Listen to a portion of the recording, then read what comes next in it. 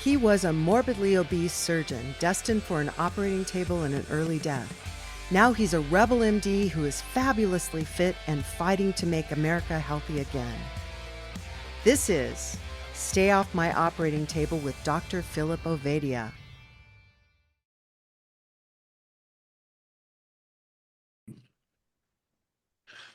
Welcome, everybody. It is the Stay Off My Operating Table podcast with Dr. Philip Ovadia. Our guest today, from the little bit of research I did, it looks like there's going to be a whole lot of inside baseball, assuming baseball was cardiovascular surgery. And I know nothing about either of those things. With that, Phil, take it away, my friend.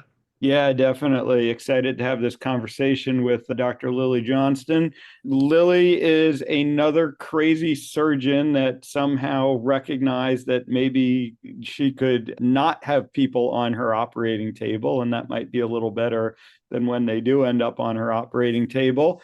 And we've met at one of the metabolic health conferences over the past few years. And so I thought it would be a great conversation to bring her on and get her aspect, her thoughts on all of this stuff and this crazy metabolic health thing that we all talk about. So with that, let me turn it over to Lily, let her give some of her background, and then we'll jump right in. Thank you, Dr. Ovadia. I'm so happy to be here with you all today. And I hope you don't mind. I borrow your line fairly often, and I ask people to stay off my operating table. And that's exactly right. You know, it was kind of a long journey in coming here, but better late than never in terms of getting really frustrated that the outcomes I was seeing from my surgical practice were not what I hoped they would be when I first went into medicine. I really thought I was coming in to fix things and make people better. And, you know, in my surgical practice, I began to notice that I make one anatomic problem better. But this is a systemic disease, as you well know.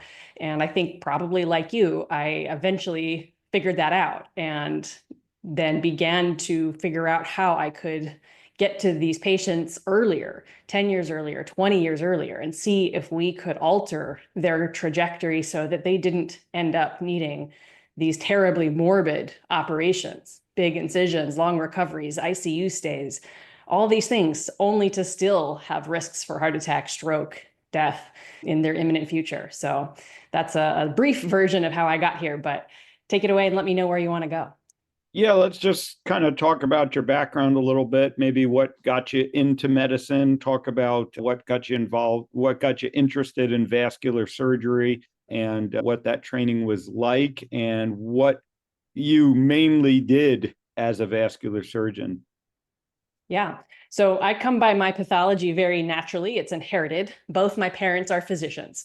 So my mom is an OBGYN who still has a telemedicine clinical practice and is very involved in physician payment reform and advocacy. My father is a cardiac surgeon. And so I kind of had this vision of what I thought medicine was going to be like as the child growing up in a household where it was pretty common to talk about this stuff. And so I went through medical school and started a general surgery training program, and I picked my general surgery program based on their cardiac fellowship. I really thought I was going to do an accelerated pathway into cardiac surgery. I even looked at some of the integrated cardiac residencies when I was applying. And ultimately, as I was doing all of my required general surgery rotations, I ended up on the vascular service. And I found some really phenomenal mentors who took me under their wing and showed me all of the variability and the different things that we could do in vascular. We had big open cases. We had more minimally invasive endovascular approaches with little wires and catheters and balloons. We had combination cases. We worked in the neck. We worked in the legs. We worked in the abdomen. We worked in the chest. We were all over the body doing all kinds of different things. And for somebody like me with a small touch of the ADHD, it was nice to sort of have a little bit of variety. And the other thing that was nice was that there was an opportunity to really tailor one's practice. You know, I looked at cardiac surgery at that time and everybody was really sick. Everybody had a long operation, went to the ICU, and there wasn't much of a volume knob about turning that up or down for oneself if you wanted to take time away and support your parents, wanted to have a lighter practice for a while, wanted to really hit it hard. It was harder to adjust that. In vascular, If you wanted to lighten things up, you can specialize in veins and dialysis access. If you really want to go hardcore, you can be an aortic surgeon. But there's a lot of opportunity to tailor your practice to kind of the level of intensity and the level of illness that you're interested in managing for a period. And then you can change. And I wasn't sure exactly where I wanted to be on that spectrum. And so I wanted to protect my options to go kind of one direction or another. So for all those reasons, I picked vascular. I also just really liked being kind of everybody's best friend in the operating room. Urology calls you, oh, whoops, they got into the cava. Ortho calls you, oh, whoops, they boved through the femoral artery. Everybody wants to see you, and you get to sort of play fireman and help out everybody else. And it's a nice way to get to know your hospital community as you rotate through various options to help other people in crisis. So vascular is kind of fun for all those reasons. And that's what I picked. Yeah, go ahead. It's interesting. I'll just kind of interject, this division between operating on the blood vessels of the heart is one specialty, and then kind of operating on all the other blood vessels in the body is a separate specialty. It wasn't always that way. This kind of initially developed as one specialty, cardiovascular, but over the years it got separated. I'm sure your dad probably, operated on the blood vessels outside of the heart during his career. And even in the early part of my career, I did both. And then just over the years, you get more and more specialized. And unfortunately, the reality is you get overwhelmed with the number of patients that need the heart surgery that you're like, all right, someone else will take care of the other stuff. That's how the specialties sort of separated and became distinct training paths that, you really these days train in one or the other. So talk about, you finish up your training, you go into practice, what kind of stuff were you doing? And when did you maybe start to realize that it wasn't what you thought it was, and you weren't really helping patients in the way that you thought you were going to be? Of course.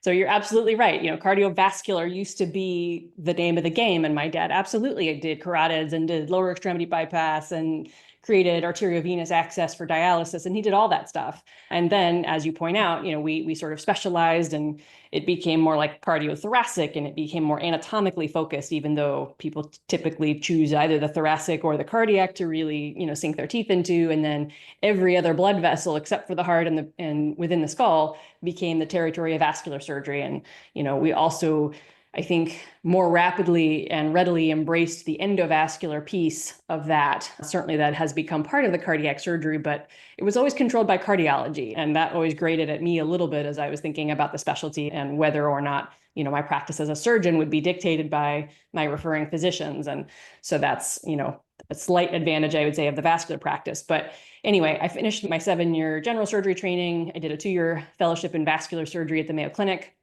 And then I went into practice in Northern California for a large multi-specialty physician group. And, it was a wonderful practice. I had a number of really great partners that were wonderful mentors for me as I was, just beginning my training or just beginning my practice. And we had a bread and butter vascular. And what does that mean? It means we did lower extremity or leg blood vessel blockages and narrowings. So that's everything from, cramping pain when you walk to really severe pain in your feet at night because they're suffocating, or even wounds, ulcers, gangrene in the foot due to, in part at least, lack of circulation. So that's, a pretty big part of our practice. We also did a lot of creating what we call a fistula, or a connection between the artery and the vein, to establish a circuit for the dialysis machine. So patients who have kidney failure, who require dialysis, need a way to have that machine cycle through their whole blood volume multiple times, a week. And so we create the fistulas for that, which means we see a lot of people who end up on dialysis, largely related to complications from diabetes. And the other case that we just did a lot of in that practice, and this was a little bit related to just how our practice was organized, but we did all the amputations in that Northern California group. So we did all the ones for people with poor circulation. Of course, those were ours. That's how people classically think of it. But also everybody who had a great pulse in the foot, but just had a terrible infection that was so bad that we couldn't save the foot. They were septic. They were going to die if we didn't take their leg off. And so we did those. And that turned out to be a pretty significant amount of our case volume. And it was devastating because these people weren't 90, these people were 50 or 40 and having these awful complications from diabetes. And I asked them occasionally, what have your doctors, your dietitians, what have they told you about how to get this under control? And, you've heard this story before, right? The dietitians say, 6 small meals a day, just inject more insulin if you're not getting everything under control with, your balanced multiple 60 grams of carbohydrates per meal, every meal, 6 meals a day approach. And, you just kind of slap your face and say, God, this is fixable. And to add insult to injury, that practice, that multi-specialty group really prided itself on being a primary care and prevention organization. Specialty care, we did well, and they were proud of it, but really as a group, they dedicated themselves and felt like their area of strength was primary care and prevention. And, they got hit hard after COVID. I understand that things have changed for all of us in the last, 5 years, but I kept seeing our patients within this group with A1Cs of 12 and 13 and 14. Not surprisingly, those were the patients who ended up with amputations.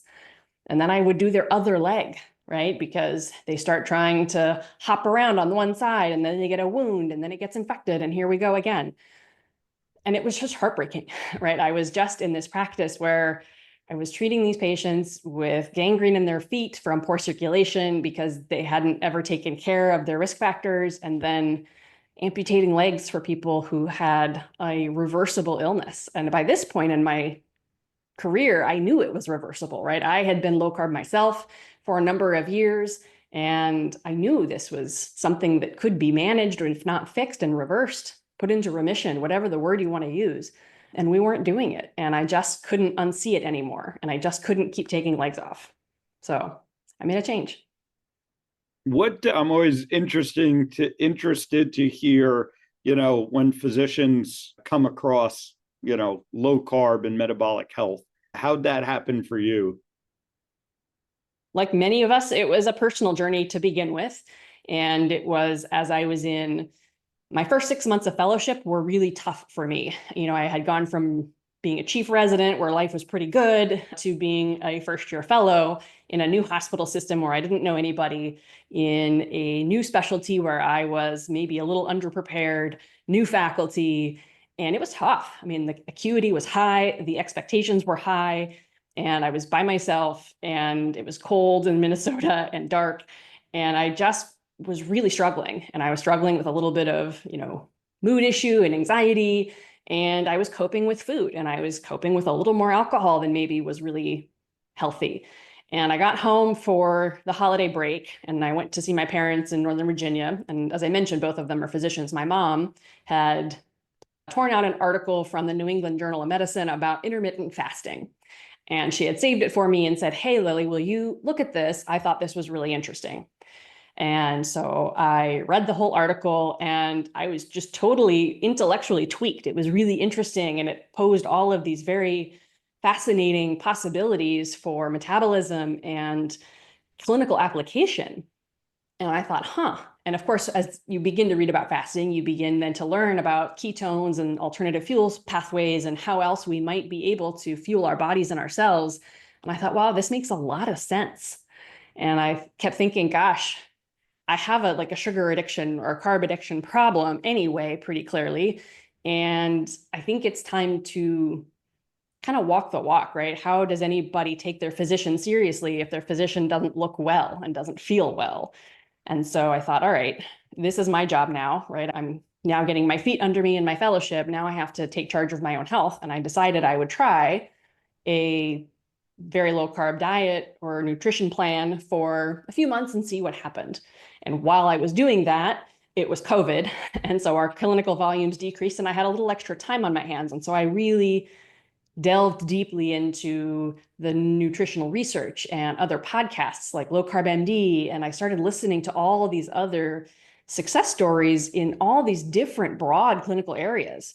Dr. Chris Palmer was talking about psychiatric illness. And I thought, wow, not only might this be good for me, but what might it do for my patients? What about the cardiovascular side of illness and disease? What does that look like? And there was maybe a little less information on that, but then I got Nina Teicholz and I read The Big Fat Surprise and tried to understand what the truth was about what we had been told about saturated fat and trans fats and all of these things and the relationship between cholesterol and atherosclerosis. And, I think that's a complicated question, but clearly it's not as simple as don't eat eggs or meat ever again. And that we can all agree on. So it became this huge deep dive, and I really became passionate about it and decided at that point that I would use it for my own health. And it was hugely helpful for me. I basically stopped drinking. I lost 10 pounds. My anxiety got better. And I really just felt more me than I had in a long time. And I really knew at that point that I had to find some way to bring this into my practice. But I was still in training at that point, and I didn't know how it was going to work. So I had to pause on that part of it for a while, but that's how it started. Were your colleagues aware of your departure from the orthodoxy? So there was this huge Costco-sized bag of Sour Patch Kids in our break room where all of the residents and the nurse practitioners would sit and write notes and gather to discuss things. And I had been a pretty diligent user of the Sour Patch Kid medication in the first 6 months of fellowship. And then I quit, and everybody was like, what happened to you? And by the way, you look pretty good. And by the way, you're smiling again. What's that about? So they noticed. Yeah. And there's also the scientific / medical / nutritional side of this that also violates the orthodoxy. Yes. And did they have any comments? I mean, I'm dragging this out of you. Yeah, this is a hard thing, and we could talk for an hour about this. And I think probably Dr. Ovadia and I both have a similar experience, which is there are people who are genuinely curious and are open to hearing that there's nuance to this topic.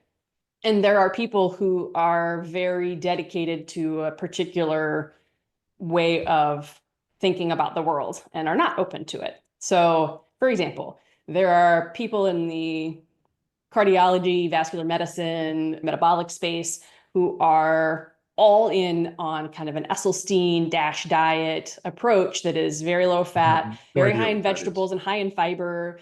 And I will acknowledge that in many people, you can reduce your LDL-C or your ApoB with that approach.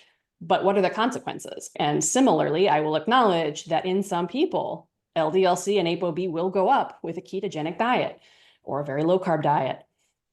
And what are people doing it for, right? If you are doing this for severe mental illness or chronic pain or inflammation of any kind, and you get dramatic relief, even if you have food addiction, binge eating disorder, whatever the reason that you chose a ketogenic diet, you see great benefit from it. And maybe your LDL-C or your ApoB goes up. Okay, let's talk about how much that matters. And that's, by the way, an individual assessment, right? I can't tell you what the guideline should be, but I can tell you how I evaluate that for my patients.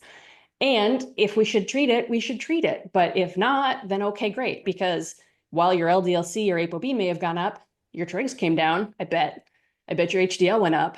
I bet your inflammation went down. And so on the whole, did we do better? I think yes. And LDL-C and ApoB are very easy to manage if you have to. And not everybody has to. But if you do, it's pretty straightforward.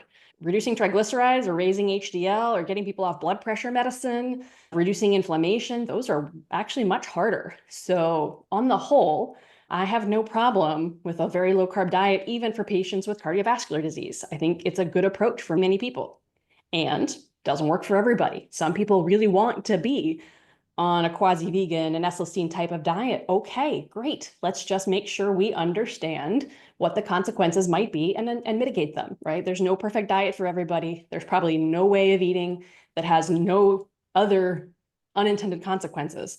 Fine. Let's just mitigate it and move forward. But, obviously this is my passion and my bias. I recommend therapeutic carbohydrate reduction for 90 to 95% of my patients, probably 100, although I have 5% or so that are not open to doing it for whatever reason.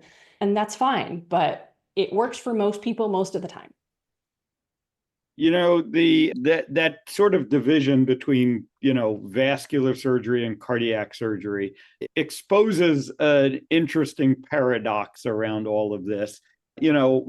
Obviously for heart disease, the focus has been and, is very singularly focused on cholesterol, right? Cholesterol is the problem, and that's why plaque builds up in the arteries of the heart. And that's why people have heart disease. And the approach is manage their cholesterol. When it comes to the blood vessels outside of the heart, cholesterol isn't as much of a focus. And in a lot of ways, it's pretty clear, right? You said it earlier, the majority of the patients that were coming to you with peripheral vascular problems, they were diabetic. And the problem was they weren't managing their diabetes well. And that's why they got disease in their blood vessels. And it just, again, it didn't occur to me then, right, when I wasn't really thinking about it.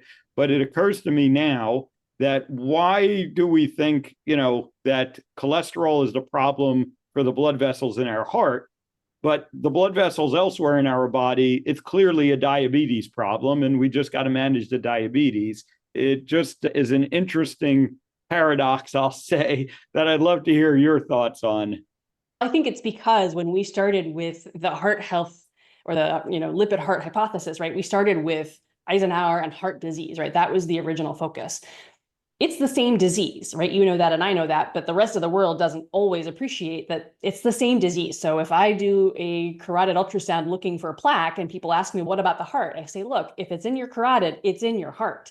Yes, if you want more dedicated cardiac imaging, we should do it, but I know you have the disease. So it's all the same disease, but there's the macrovascular disease, right? Those are the blood vessels with names that you and I fix. And then there's the microvascular disease, those tiny little blood vessels, the capillaries that don't have names that neither you or I can fix. And both of them contribute to both cardiac disease and peripheral vascular disease. So because patients with amputations often have diabetes, those are the people with bounding pulses in their foot. They don't have a macrovascular disease problem. But if you do an angiogram, you just see this big loop of big named blood vessels, but it's like this desert foot. There's no blush into the capillaries. There aren't these little arborization, or you don't see the little tree pattern of all the tiny blood vessels that are supposed to come off the big ones with names. And that's because diabetes preferentially attacks the small blood vessels, the tiny ones that we can't fix. And, it prevents collateralization, meaning it prevents the growth of new blood vessels around areas that might be narrowed or blocked in those big named vessels. So the management of cholesterol is absolutely a part of peripheral vascular disease, just like it's a part of coronary disease. Part of our guidelines include aspirin and high-intensity statin therapy for all our patients with kind of terminal end-stage peripheral disease, carotid disease, lower extremity, whatever. And that will continue to be true because in our data, we show reduction in adverse cardiac events, adverse limb events. So we can actually potentially save limbs with people on that approach. And also in all-cause mortality, just like in the cardiac literature. The diabetes is absolutely a problem, but it's always been a problem. We just didn't understand. Just like tobacco is a problem. And the cholesterol piece is a small, maybe not small, but it's a part of a very intricate interlocking web of issues, right? If you just had elevated ApoB by itself with no tobacco, no diabetes or metabolic syndrome, no high blood pressure, no oxidative stress, no anything else, would the ApoB really be that big of an issue? Probably not. And that's why in the major population series, we don't always see it as a really strong predictor. And it's why we haven't cured heart disease, right? We can lower ApoB into the toilet for everybody at a moment's notice if we really want to. We have done that over ages, and we still haven't made heart disease anything less than the leading cause of morbidity and mortality in the world. So if it's just the cholesterol, why haven't we fixed it yet? I don't think the cholesterol is irrelevant. I differ a little bit from some of the low-carb people on that, but it's not the only problem. And fixing it in isolation doesn't do enough. Yeah, I think that's what you said last is the key part. Fixing the cholesterol by itself doesn't really do a whole lot. And that's the reality that you and I both woke up to, and many others, but we're trying to get our colleagues to understand as well. Maybe talk a little bit about, what practice looks like for you today and how, the low carb and knowing that diabetes is reversible started to kind of creep into your patient management. I still work part-time as a vascular surgeon. And then I also now have a cardiometabolic prevention, wellness, whatever you want to call this, that we do, that's not the surgery side. I do that as well. And that has become a huge source of joy and satisfaction. It's really brought back the joy and meaning in medicine for me. And it extends so much more broadly than I thought it would. Initially, I thought, great, this is just a nutrition problem. If we just get everybody on a low carb way of eating, all our problems will be solved. And then I started thinking about, but that's not the only source of inflammation for some people. And what about, the increase in risk in women after menopause? What about that? Is that a problem that we might be able to think about strategically or in a proactive way? What about sleep? How does that play into all of this? What about the exercise and the movement component? How does this interact in our metabolic health and wellness? And so it began a journey of sort of CME and education and conferences and meetings and all types of different things. And so my cardiometabolic practice is now a really flourishing thing that includes hormone replacement therapy for men and women. It includes nutritional counseling for people who are interested in a TCR, therapeutic carbohydrate reduction approach. It includes coaching about movement and exercise. It includes making sure people get tested for sleep apnea. It includes having really long, painful, sometimes conversations about trauma and stress and the role of ongoing sympathetic fight or flight activation in the health of our blood vessels. These are not unrelated or separate issues. And the problem, of course, is that crosses so many different disciplines, right? It's a little bit endocrinology. It's a little bit primary care. It's a little bit preventive cardiology. It's a little bit hormones, so OBGYN for women, but urology or primary care or TRT clinics for men. And it crosses all these boundaries and all these disciplinary, silos that we have created over the years as we have become more and more specialized in classic traditional allopathic medicine. But I will also say that when you bring all of that together, it is so satisfying to be able to see people really make change in a way that is sustainable and makes them feel better, right? Most of what I do in vascular surgery doesn't make people feel a whole heck of a lot better, right? I'm going to do a carotid intervention for somebody tomorrow who's had a stroke and he's already had the stroke, right? His arm is better now, but what I do for him tomorrow will not make him feel any better. All I'm going to do is put an incision on his neck and give him a stent that he has to take medicine for a while, but he's not going to feel any different. And he's not going to come back in a month and say, gee, doc, thank you so much. I feel amazing. I feel great. Probably not. But you fix somebody's sleep, you get them, on a reasonable supplement regimen that addresses some of the issues that were deficient in their nutritional strategies.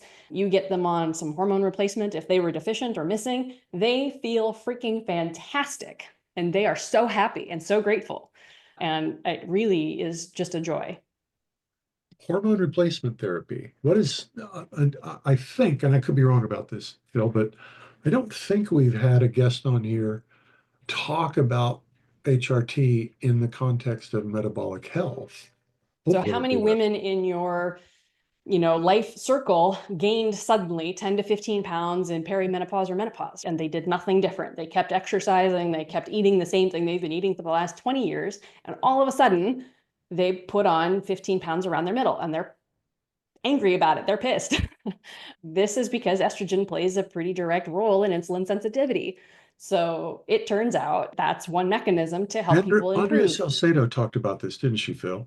Yeah. Yeah. Definitely touched on it, but it's worth going into more because it's very important, right? And it's a big factor for women, especially because they go through this sort of dramatic transition in their hormones, right? Men, it's a more gradual thing, but the women have a pretty dramatic shifts in their hormones, and that can have very big impacts on cardiometabolic health. Yeah. And, the data, the scientific evidence has been very confusing in this space for a long time because of the Women's Health Initiative. And I don't need to go into great detail about that unless you really want to, but I would say, it was not the best designed clinical trial to, answer the question about how we treat most women. They started women who were greater than 10 years, on average 10 years into menopause, who had no symptoms. And they started them on hormone therapy that is now no longer what most people would use. So Premarin and Provera were the two drugs in that particular trial, and it's almost never used anymore. We now use, micronized progesterone, which is isomolecular, which is probably the best term, but people call it bioidentical, and estradiol, right, which is also our own native one of four hormones, four estrogen molecules that we make naturally, whereas the Premarin that was in the Women's Health Initiative was from pregnant mare's urine and had about 17 different kinds of estrogen, some of which were known to the human body, but many of which were pretty unique to horses. The outcomes from the Women's Health Initiative, which showed overall a small increase in cardiac events in the first year of treatment, really scared people away. And they say, okay, great, there's no role for HRT or menopausal hormone therapy for prevention. But if you look at a slightly better trial, you can go to the DOPS study, which is the Danish Osteoporosis Prevention Study, 2 milligrams of oral estradiol daily versus placebo, 1,000 patients. They now have, well over 16 years of follow-up, 40 to 50% reduction in all-cause mortality.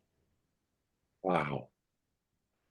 I think it was a 40% and a 50% reduction in cardiac events. I'd have to double check those numbers exactly, but it's dramatic. And this is a bioidentical. Yes, estradiol, oral estradiol. Which means that it can't be patented. Which It's available commercially, though.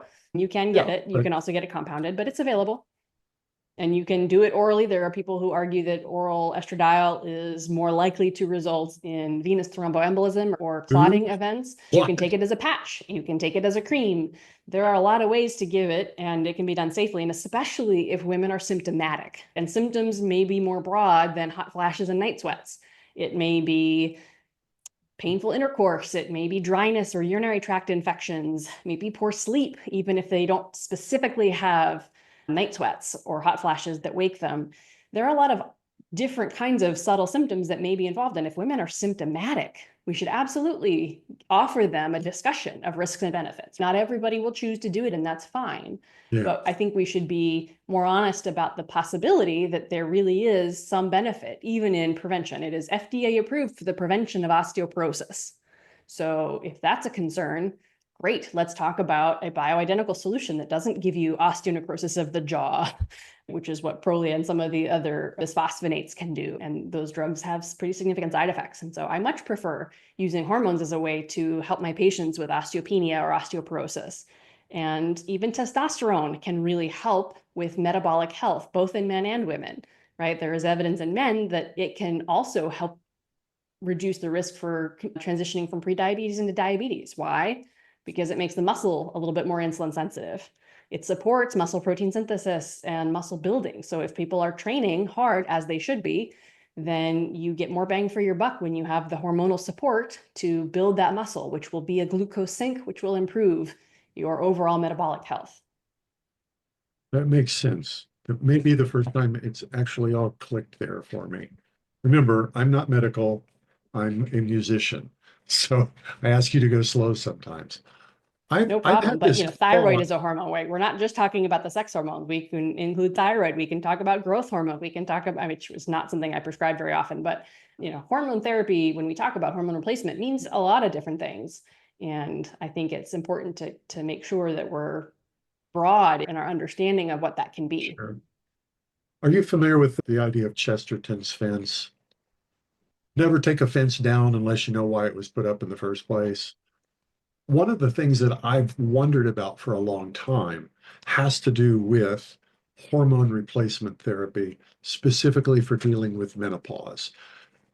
And, excuse me, the predicate of my question is the assumption that menopause is a natural stage of life for females, and that there's some biological reason for it to occur.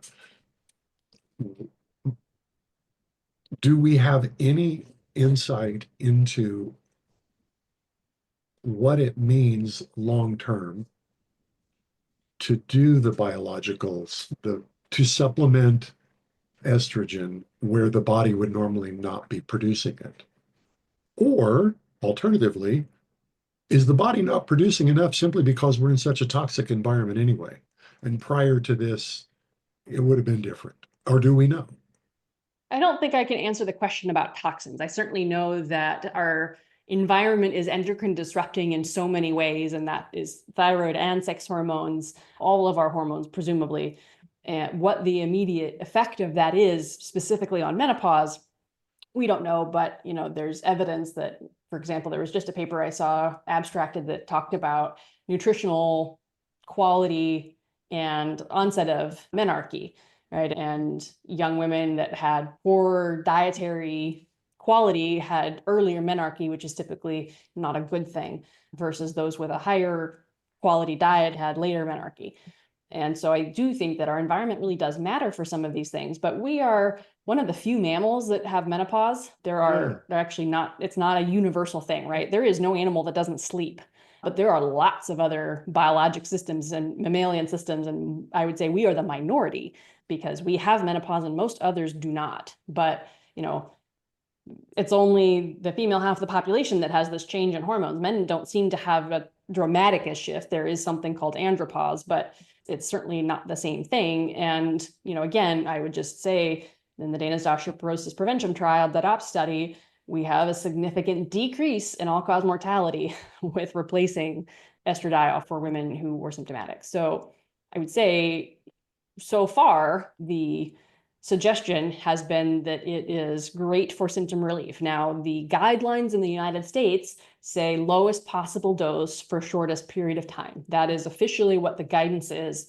And so the idea is, sure, if women are symptomatic, you may treat their symptoms, but don't extend it forever and don't treat forever. I personally would say I don't really think that's necessary, but it has to do with the perception of risk related to both cardiovascular events and malignancy or breast cancer in particular. Again, that's not really borne out in the higher quality trials with the more recent, more isomolecular compounds, but that's officially what the guidelines said. I'll confess, I was comforted to hear you say that this particular study was placebo-controlled. As we're learning, at least those of us who are lay people are learning, there's an awful lot of trials out there that weren't placebo-controlled, and we're told that the drugs, we're led to believe, would be a better way to say it. We are led to believe that these pharmacological solutions are more effective than in reality they are. I've been doing some studying on absolute risk, and all that statistical stuff that we never had to even think about in music school. It's good to hear that.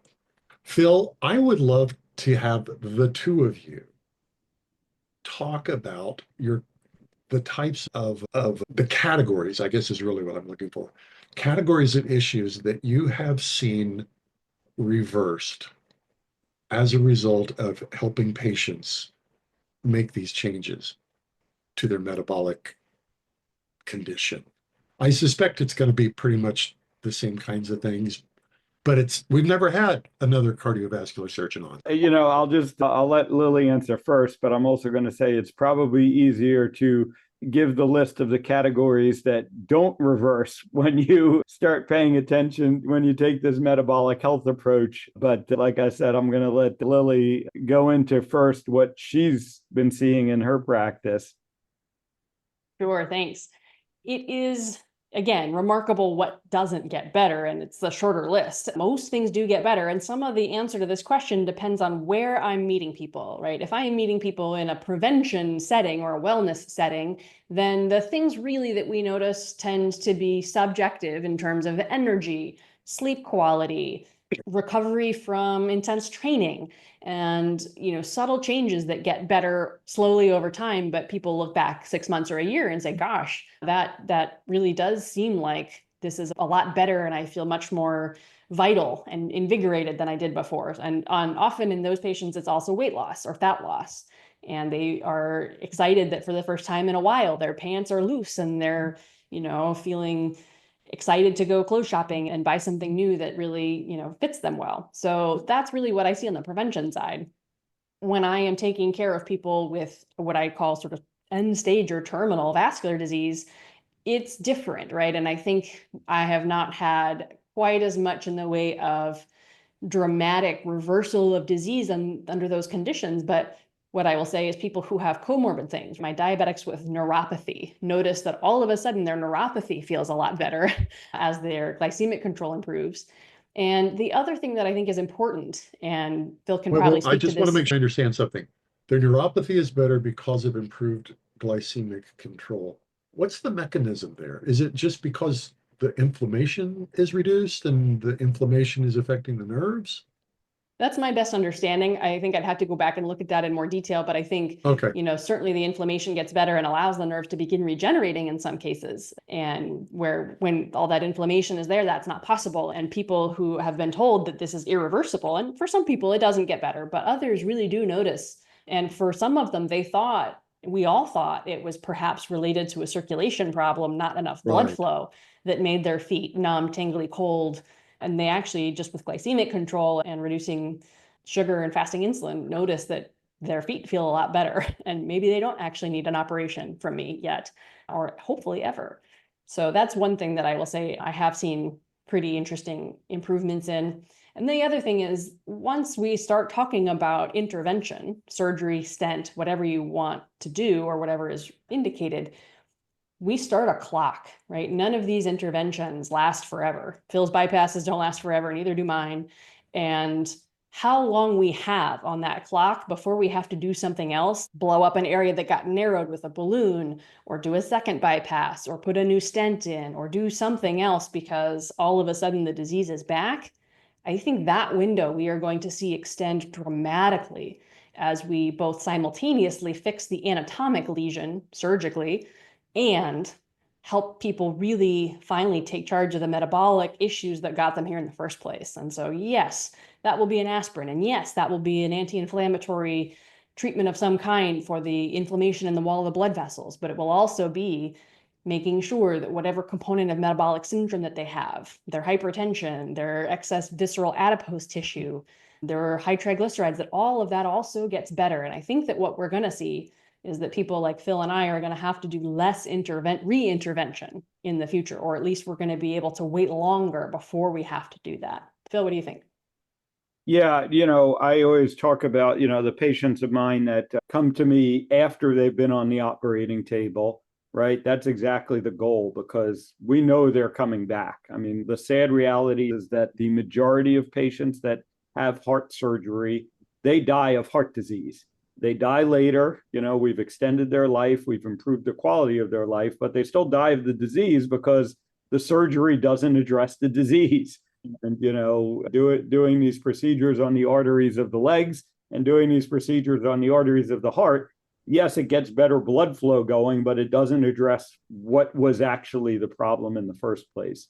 And that's the power of this metabolic care. And I think about a patient like the guy I saw yesterday, right? And he had a stroke, 4 or 5 years ago, and then he had his heart attack, a year ago, and he got his stent placed. And, he was still partially debilitated from his stroke and, was really in bad shape. And, he started on the plan, right? He addressed his metabolic health. We're getting his insulin resistance reversed. And he's already had great neurocognitive improvements, from this stroke that he had many years ago, and was kind of puttering along. And lo and behold, 3 months on a low-carb diet, and I'm not searching for my words anymore, and I can actually, interact on a daily basis. And his heart disease, his heart is getting stronger. We have evidence of that. And, his diabetes is gone away at this point. Actually, after about 3 months, we've got him nearly fully reversed. And so that is the power of this. What I think back on and I reflect on is, again, when I am doing the heart surgery, we're addressing that problem in front of us, but we're not really, making the whole patient better.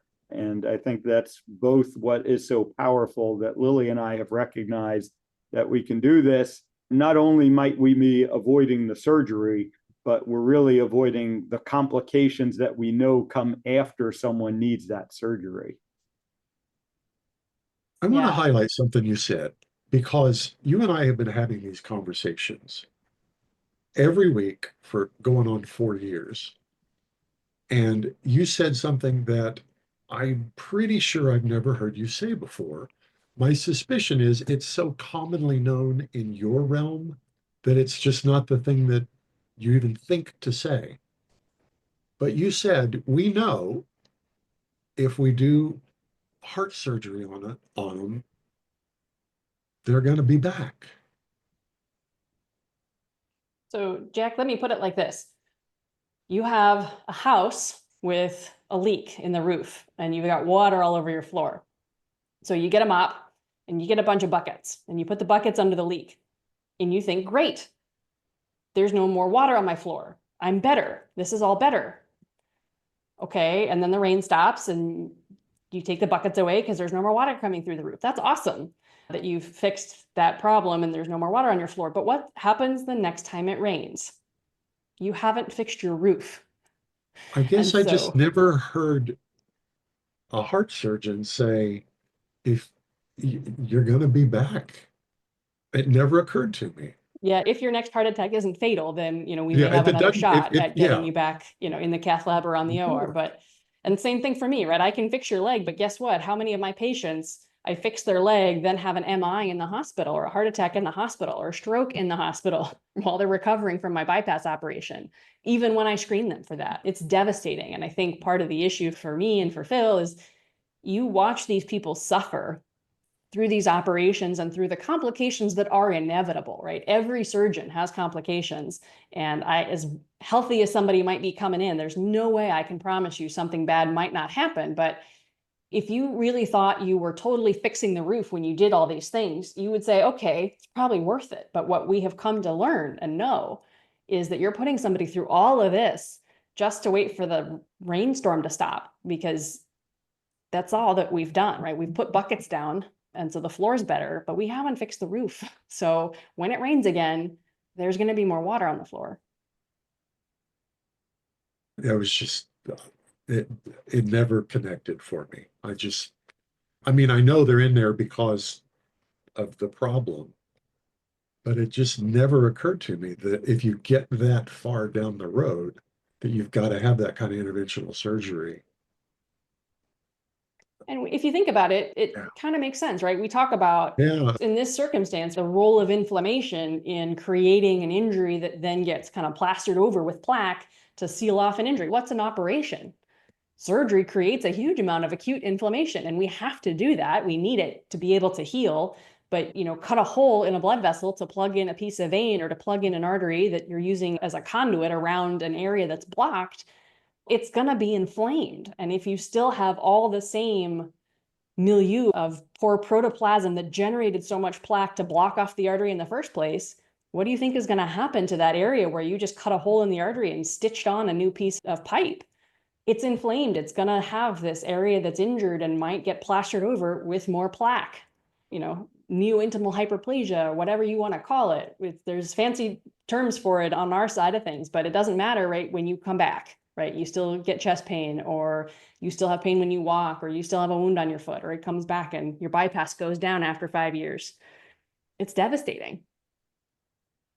Yeah. And again, it is not unique to the surgical part of our healthcare system, right? We really don't focus on curing.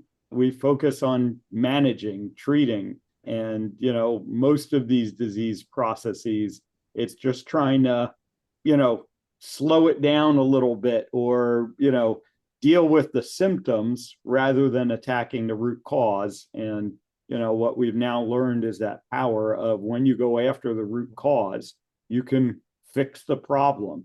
And that's really what kind of strikes me about this, right? Lily and I both went into surgery because surgery is perceived, at least, as you fix the problem, right? You fix the problem. You do the surgery, you corrected the problem, and, you move on to the next one. And that's sort of the personality, right? Versus we always, kind of joke about or laugh about the medical doctors sitting in the office who are never really fixing anything. They're just sort of putting the Band-Aids on and temporizing things. Joke was on us, huh? Yeah, exactly. The joke is on us, because now we realize we weren't really fixing anything, but here we are now realizing the power in being able to fix these problems ultimately. Yeah, So, absolutely. Lily, you have a different kind of practice now.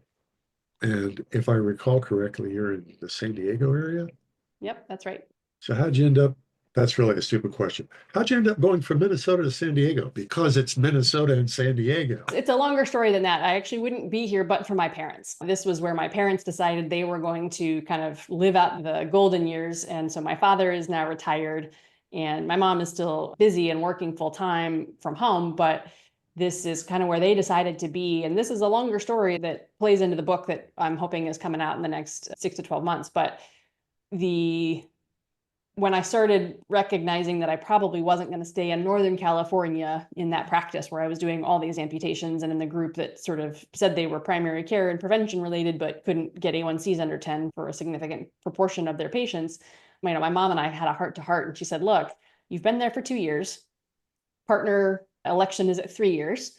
And life is kind of getting harder at home with your dad's back and all the stuff. And if you're not really going to build your life there, then what would you think about coming back down here and building your life here with us, like closer to us, where we can support each other? And I thought about it, and I thought, all right, good, challenge accepted. And I decided for the first time in about 10 years to make a decision that was based on connection and family and relationships rather than about my career. And I pulled the plug on my practice and I moved down here without a full-time job and decided I was going to figure it out. And it's been a really interesting opportunity to explore a lot of different models and a lot of different ways, but it's enabled me to start building my cardiometabolic practice. And it's enabled me to think about, what was my quality of life? What was my stress and inflammation and sleep quality and my own health as the consequence of working in a full-time surgical practice where I was feeling, I hate the word burned out. I really don't love it, but I was burned out and I was not finding the joy that I wanted. And I was working really hard for something that didn't make me very happy. And so I have used the last couple of years to try to understand, what does the perfect situation for me look like? And it's what I have begun to build, right? A part-time surgical practice, part-time metabolic practice, and time to also explore writing a book and doing consulting and doing other things that fill my cup and that give me time to spend with my mom and dad and support them as they need that. So that's the longer story about how I ended up here, but it's been a very rewarding journey. A couple other follow-on questions. Have your parents adopted the metabolic lifestyle? My mom, yes, hands down. She and I started doing it together right after that intermittent fasting article she brought home in 2019. So she is completely on board with me. And that's also been very interesting because my mother's an OBGYN. She's done women's health her whole career. And she's the one who's taught me so much about hormone replacement therapy and the role of that in women's health in particular. And so it's been a really fun opportunity for us to collaborate and work together. And, I help her with the cardiometabolic part of her patient population, and she helps me when I get stuck with the hormone replacement part in my patients. And it's been a really joyful opportunity to work with her in a way that I never anticipated would be possible. And my father, no. And it's been really devastating because his brain doesn't work like it used to. And I know what would help. I mean, it wouldn't necessarily fix it, but I know it would help. And he's now, from some idiopathic neuropathy, got a non-healing wound on his foot. And I had to ask him the other day, if this gets worse, which personally. I think it might, because he's a heart surgeon and horribly non-compliant. Are you prepared to have an amputation? Like, I had to have that conversation with my 82-year-old father. And it's heartbreaking, right? It's absolutely heartbreaking. But this is one of the fundamental lessons of being in the wellness and preventive medicine space, which is I cannot make anybody do anything, right? You have to want this change more than you want to stay the same, or more than you want to continue your behaviors for whatever purpose they serve in your life. And the addiction docs will tell you this. Anybody who works in life coaching will tell you this, but people have to be intrinsically motivated, deeply motivated to change habits that they have had for decades. Getting an 82-year-old to change his way of eating is something that he really would have to want deep down to do. And the sad reality is he doesn't. Yeah. All right. So do you have a telemedicine practice now? So my cardiometabolic practice is based out of Orange County, and I go up there a couple of days a month, but I also do a fair amount of it by telemedicine, especially after I see people initially in the clinic. So is this the kind of thing where we want people to be able to contact you? Yes, absolutely. So how do people go about finding you? Again, depends a little bit on what you want, but I think the easiest way to find me is either through LinkedIn, or my personal website is vascularhealthinstitute.org.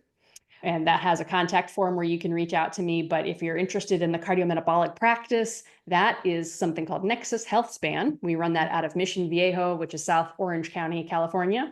And that website is www.nexushealthspan.com. And you can reach out to us there. If you're in the San Diego area and sadly needing surgical services, you can find me at Scripps Memorial Hospital in La Jolla. Holy smokes, all kinds of ways to find you. What was the Nexus address?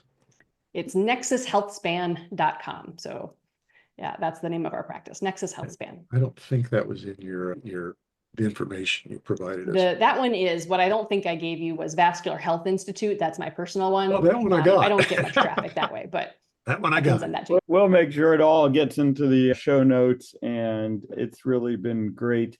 Hearing you talk at some of the conferences and just seeing the joy and energy that you bring to all of this is really refreshing. And like I said, it makes me feel a little less lonely not to be the only crazy surgeon sitting at the meetings telling people that we don't want them on the operating table. Amen, brother. Let's keep up the good work. And I also feel less lonely with you here. So let's stick together and keep doing the good work. I appreciate you. All right, people. Phil's not the only cardiovascular surgeon saying this. So we now have doubled the bicoastal population. Exactly. Our guest has been Dr. Lily Johnston, and her contact information is available in the show notes. If you enjoyed her as much as I did and you think she could help, I suggest get a hold of her. Phil, thanks, man. I'm just getting a continuous education, and it scratches my brain in ways that makes me really happy. And Lily Johnston, thanks for being with us. Thank you guys so much for having me. It's been a real pleasure. Until next time. Yeah, let's get that book published so we can talk about it. Let's do it. That's right. Definitely bring you back. This has been you. Stay Off My Operating Table. We'll talk to you guys next time. Chances are you wouldn't be listening to this podcast if you didn't need to change your life and get healthier. So take action right now. Book a call with Dr. Ovadia's team. One small step in the right direction is all it takes to get started. Contact us at ifixhearts.com/talk. That's ifixhearts.com/talk.